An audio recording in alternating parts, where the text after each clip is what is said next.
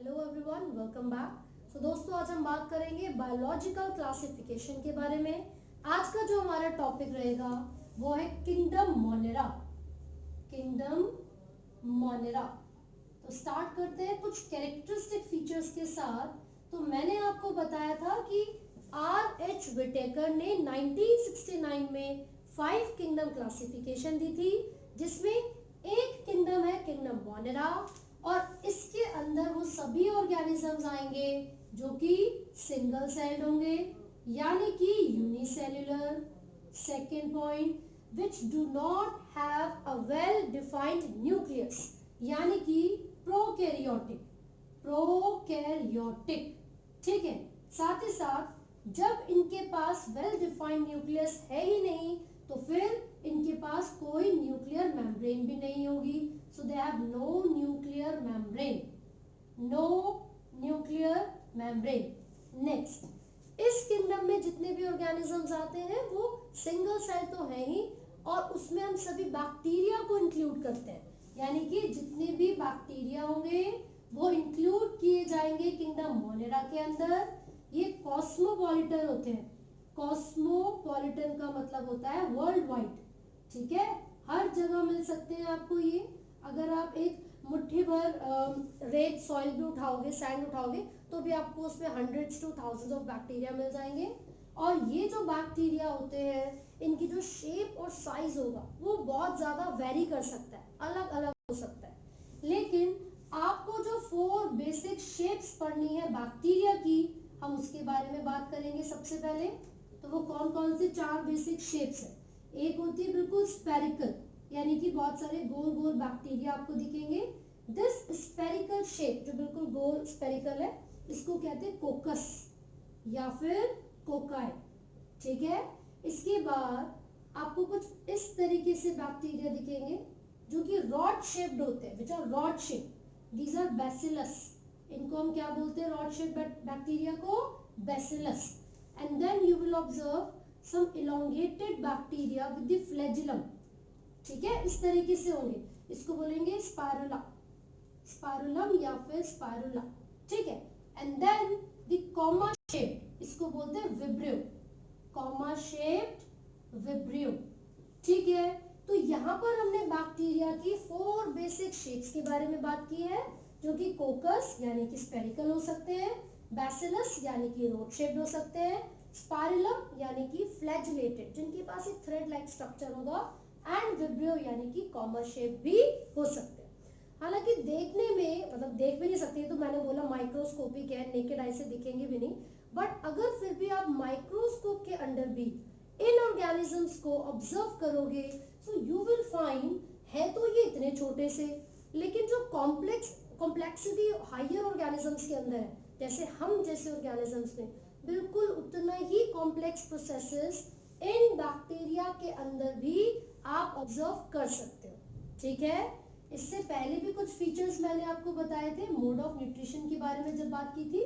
तो ये ऑटोट्रॉपिक भी हो सकते हैं और ये हेट्रोट्रॉपिक भी हो सकते हैं। और मैंने बोला था कि जो मेजॉरिटी ऑफ बैक्टीरिया होंगे, यानी कि जो मेजॉरिटी ऑफ ये मोनेरा होते हैं, है ना, वो कैसे होते हैं? वो हेट्रोट्रॉपिक होते हैं, ठीक है। इनको हम डिटेल में पढ़ेंगे, ऑटोट्रॉपिक होंगे या हेट्रोट्रॉपिक। मैंने ये भी बताया था कि ऑटोट्रॉपिक में फोटोसिंथेटिक भी आएंगे बैक्टीरिया एंड कीमोसिंथेटिक भी। अब ये जो डिफरेंस आता है इन दोनों के बीच में सी, जो फोटोसिंथेटिक बैक्टीरिया है, दे हैव अ पिगमेंट। कौन सी पिगमेंट होगी? The pigment which is very similar to the pigments found in the plants, जितने भी प्लांट्स है ना, ग्रीन प्लांट, वो कौन सी पिगमेंट होती है? क्लोरोफिल होती है, ठीक है। तो क्लोरोफिल को कैरी करने के लिए कुछ स्ट्रक्चर्स भी होते होंगे इनके अंदर, उनको क्रोमैटोफोर्स कहा जाता है, राइट। अब यहाँ पर कीमो का मतलब तो केमिकल हो गया। अब ये केमिकल यानी कि कीमोसिंथेटिक कैसे है? देखिए, ये नाइट्रोजन फिक्सेशन का काम कर सकते हैं। नाइट्रोजन फिक्सेशन, इसका क्या मतलब होगा? नाइट्रोजन फिक्सेशन का मतलब है एटमॉस्फेरिक नाइट्रोजन को अमोनिया में बदलना, एटमॉस्फेरिक नाइट्रोजन को अमोनिया में बदलना। So the N2 nitrogen gas will be converted into NH3। तो ये किसकी मदद से हो रहा है? ये कुछ बैक्टीरिया की मदद से हो रहा है। तो ये क्या करेंगे? इन केमिकल्स का यूज करके ATP को जनरेट करेंगे, यानी कि एनर्जी को ऑब्टेन करेंगे। इसीलिए हमने यहाँ पर इनको दो अलग अलग कैटेगरीज में डिवाइड किया हुआ है, फोटोसिंथेटिक और कीमोसिंथेटिक। ठीक है, अब अगर इनकी क्लासिफिकेशन के बारे में बात करें, so you will observe that the bacteria or the kingdom Monera is divided into two categories. एक है आर्कीबैक्टीरिया, एक है यूबैक्टीरिया। Archaebacteria and eubacteria. तो जरा पढ़ते हैं फटाफट से आर्कीबैक्टीरिया के बारे में, फिर यूबैक्टीरिया को डिस्कस करेंगे। चलिए, archaebacteria,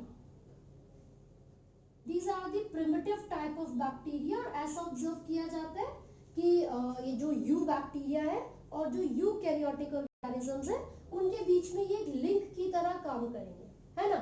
and they do not have a cell wall, do not have a cell wall of peptidoglycan. Peptidoglycan, मैं यहाँ पर स्पेसिफिकली पेप्टिडोग्लाइकेन ही क्यों लिख रही हूँ?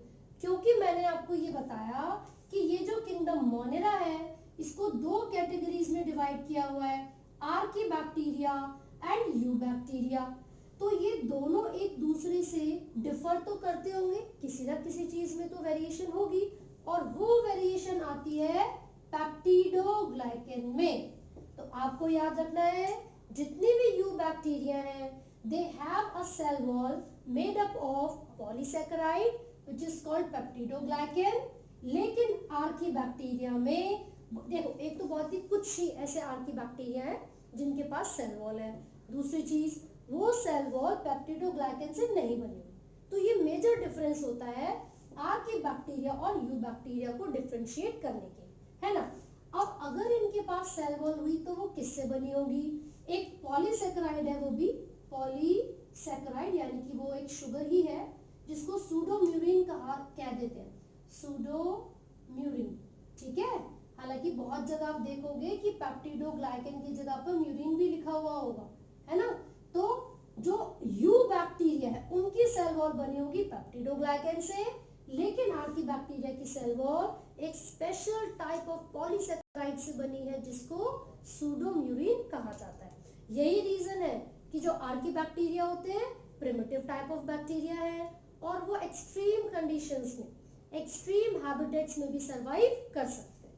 ठीक है, तो हम लिख लेते हैं यहाँ पर प्रिमिटिव टाइप, प्रिमिटिव टाइप। इसके बाद हम लिखेंगे कैन सर्वाइव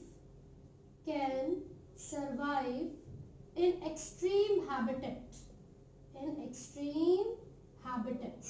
ठीक है, और इन्हीं की सेल वॉल की कंपोजिशन के बेसिस पर इनको अलग अलग कैटेगरीज में डिवाइड किया हुआ है, जैसे कि हेलोफाइल्स। हेलोफाइल्स वो होते हैं जो काफी ज्यादा सॉल्टी एनवायरनमेंट में भी सरवाइव कर सकते हैं। फिर हो सकते हैं थर्मोएसिडोफाइल्स, थर्मोएसिडोफाइल्स। अब ये क्या होंगे थर्मोएसिडोफाइल्स? तो आप देखोगे थर्मो का मतलब हीट या टेम्परेचर होगा, और एसिडो का मतलब होता है एसिडिक पीएच या फिर एक्सट्रीम पीएच। ठीक है, तो कुछ ऐसे भी बैक्टीरिया होते हैं जो कि एक्सट्रीम हैबिटेट्स में या एक्सट्रीम कंडीशन में सरवाइव कर सकते हैं, जैसे कि हेलोफाइल्स जो कि बहुत ही ज्यादा सॉल्टी एनवायरनमेंट में सरवाइव करेंगे, और दूसरे होते हैं थर्मोएसिडोफाइल्स जो कि हीट या फिर एसिडिक एनवायरनमेंट में भी सरवाइव कर सकते हैं। And there is another category which is methanogen. ठीक है, इन सभी के एग्जांपल भी हम यहाँ पर देख लेते हैं। थर्ड कैटेगरी हम लिख रहे हैं मिथेनोजेंस। तो जैसे कि हेलोफाइल्स मिलते हैं सॉल्टी एरिया में, एक्सट्रीम सॉल्टी एरिया में। एक एग्जांपल हेलोबैक्टीरियम हो सकता है, हेलोबैक्टीरियम। देन थर्मोएसिडोफाइल्स हॉट स्प्रिंग में मिलेंगे, हॉट स्प्रिंग। थर्मोकोकस एक ऐसे बैक्टीरिया का एग्जांपल है। ठीक है, मिथेनोजेंस कहाँ मिलते हैं? These are found in the gut of ruminant animals, gut of ruminant animals जैसे कि काउ, बफेलो एक्सेट्रा। ठीक है, तो इन एनिमल की जो स्टमक का पोर्शन होगा वहां पर ये रुमिनेंट एनिमल्स की गट में मिलेगा मिथेनोजेंस, और इनका काम है टू प्रोड्यूस मीथेन गैस। कौन सी गैस को प्रोड्यूस करते हैं ये? मीथेन गैस को प्रोड्यूस करेंगे। और क्योंकि इन एनिमल्स की बॉडी से जो भी अनडाइजेस्टेड फूड निकले, वेस्ट निकलता है, जो डंग कहलाता है, गोबर, उसके अंदर बहुत ज्यादा मिथेनोजेंस होते हैं, मार्शी एरिया में मिलेंगे, इसीलिए मीथेन गैस को गोबर गैस भी कहा जाता है। और हमने यहाँ पर लिख लिया है these are found in marshy area, salty area, hot springs and marshy area. ये हम आर्किबैक्टीरिया के बारे में बात कर रहे हैं, उनके एग्जाम्पल्स के बारे में बात की है, और किस तरीके से वो डिफर करते हैं बैक्टीरिया की दूसरी कैटेगरी से, यानी कि यू बैक्टीरिया से। ये तो हो गया। अब हम यू बैक्टीरिया के बारे में बात करेंगे। चलिए, यू बैक्टीरिया को ट्रू बैक्टीरिया भी कहते हैं। You bacteria also called true bacteria. तो यहाँ पर हमने लिख लिया है यू बैक्टीरिया को हमने ट्रू बैक्टीरिया बोला है। इनके पास एक रिजिड सेल वॉल होती है, रिजिड सेल वॉल, और वो सेल वॉल किससे मिलके बनी होगी? पेप्टिडोग्लाइकेन से, यानी कि म्यूरिन से। ठीक है, ये पानी के अंदर भी हो सकते हैं, लैंड पे यानी कि जमीन पे भी मिल सकते हैं। और इनके पास, जैसे कि अगर मान लो बहुत सारे बैक्टीरिया एक साथ कॉलोनी में रह रहे हैं, तो उन सभी को प्रोटेक्शन देने के लिए एक शीट, एक लेयर होती है, which is mucilaginous sheet. Mucilaginous sheet, mucus like एक लेयर होती है, एक शीट होती है। और एक डायग्राम आपकी एनसीईआरटी में गिवन है कुछ इस तरीके से, जो कि हेट्रोसिस्ट का डायग्राम गिवन है। तो आपको वो याद रखना है कि इनके पास कुछ स्पेशलाइज्ड सेल्स होते हैं, जिनको क्या बोलेंगे? These specialised cells are called heterocyst. और हेट्रोसिस्ट ऐसे सेल्स होंगे जो कि नाइट्रोजन फिक्सेशन करने में हेल्प करेंगे, नाइट्रोजन फिक्सेशन करने में हेल्प करेंगे। तो हमने देखा ये ट्रू बैक्टीरिया होंगे, रिजिड सेल वॉल होती है, पानी के अंदर मिल सकते हैं, कॉलोनी में भी मिल सकते हैं, और इनको सपोर्ट देने के लिए एक म्यूकस की शीट होती है, जिसको म्यूसिलाजिनस शीट कहा जाता है। ये ऑटोट्रॉपिक भी हो सकते हैं।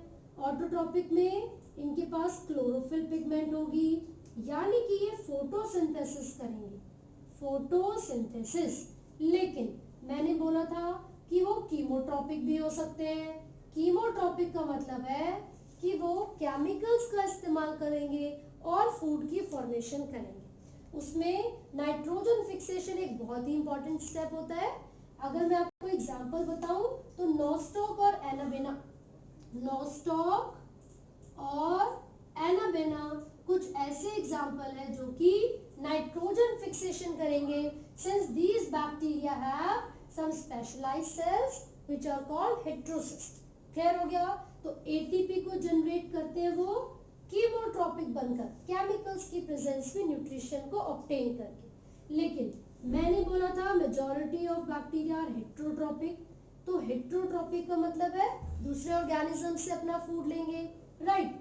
साथ ही साथ मैं आपको बता दूं, जैसे हर सिक्के के दो पहलू होते हैं, बैक्टीरिया के अगर फायदे हैं और नुकसान दोनों की हम बात करेंगे, तो देखो मैं दोनों बता देती हूँ।